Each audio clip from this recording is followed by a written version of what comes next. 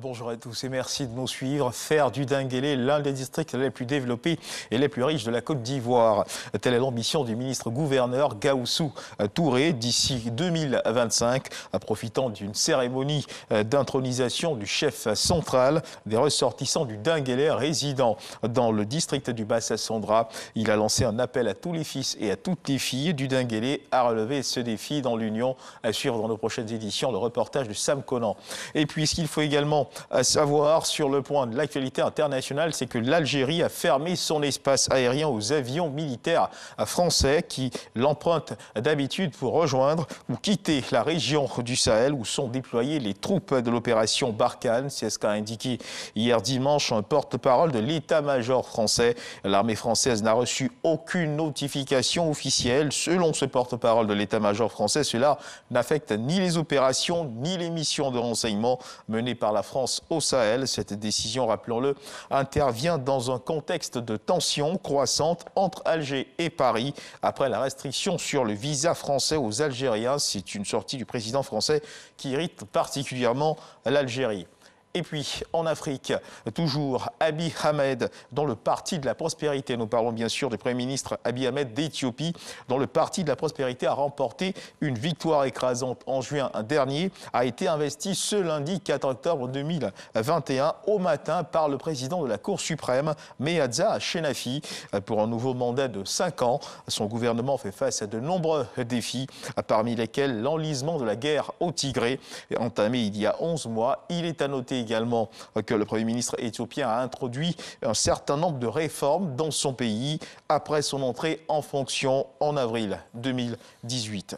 Toujours dans l'actualité internationale, au Japon, le nouveau Premier ministre japonais a été investi ce lundi 4 octobre 2021 par le Parlement, élu mercredi dernier à la tête du parti conservateur au pouvoir, le PLD. Fumio Kishida, âgé de 64 ans, remplace Yoshihide Suga à son poste, alors que la campagne pour les élections législatives prévues pour novembre doit bientôt s'ouvrir.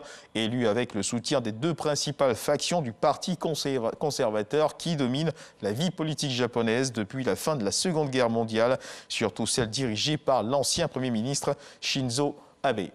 Et on continue ce tour de l'information de l'actualité internationale pour dire qu'en Haïti, eh bien, c'est la rentrée des classes aujourd'hui. Pour les écoliers de ce pays, le séisme du 14 août a tout bouleversé, beaucoup d'établissements détruits ou très endommagés et l'aide se fait attendre. Les difficultés matérielles liées au traumatisme ont profondément impacté adultes et enfants. Ce qu'il faut également savoir, c'est que la reprise des cours initialement prévue pour se tenir le 6 septembre dernier a été repoussée au 26 septembre pour la majorité des élèves.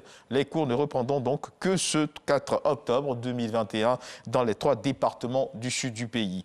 Retour en Côte d'Ivoire, poursuivre toujours l'information. Ce qu'il faut savoir, c'est que bien, pour la 36e fois consécutive, l'humanité célèbre ce lundi 4 octobre 2021 la journée mondiale de l'habitat, une journée visant à fournir un logement décent au plus grand nombre de ménages dans les villes du monde. Le ministre Bruno Nabagné-Koné, ministre de la Construction, du Logement et de l'Urbanisme, a livré le message du gouvernement. Notre reporter Cheikh Koné y était. Considérer les villes comme partie intégrante des solutions recherchées dans la lutte contre le changement climatique, c'est ce sur quoi repose cette 36e édition de la Journée mondiale de l'habitat, célébrée tous les premiers lundis du mois d'octobre. Le thème retenu pour la présente édition par l'Organisation des Nations Unies pour l'habitat est « Accélérer l'action urbaine pour un monde sans carbone ».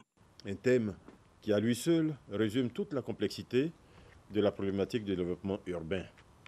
Un thème qui, aussi et surtout, sonne comme une interpellation à mener des actions urgentes et une invitation à lutter contre un certain nombre de phénomènes. Phénomènes qui sont la pollution atmosphérique, qui constitue une agression quasi permanente pour les citadins, l'augmentation de la température terrestre, qui provoque entre autres la montée du niveau des eaux, la croissance du nombre d'événements climatiques violents, tels que les inondations, les sécheresses ou les tempêtes. Tous ces phénomènes ont un impact de plus en plus grand sur les services de base rendus par les villes, les infrastructures, le logement, ainsi que sur les sources de revenus et la santé des populations. De nombreuses villes dans le monde font beaucoup d'efforts en la matière en utilisant des sources d'énergie renouvelables, des techniques de production plus propres et en mettant en place des dispositifs réglementaires plus adaptées.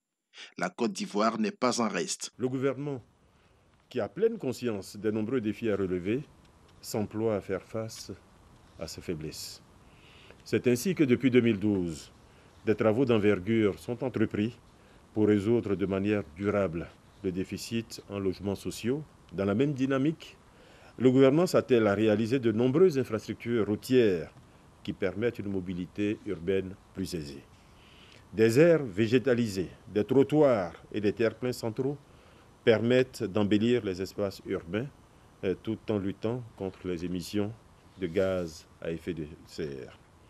Ces efforts du gouvernement ivoirien, à en croire le ministre Bruno Nabagné-Koné, permettront d'éviter ou de réduire les effets du climat sur la vie des habitants des villes ivoiriennes, tout en faisant de celles-ci des endroits qui contribuent à leur bien-être individuel et collectif. Une journée mondiale de l'habitat célébrée donc ce 4 octobre 2021. C'est la fin de ce flash d'information. Je vous retrouve à 13h pour le grand journal de la mi-journée.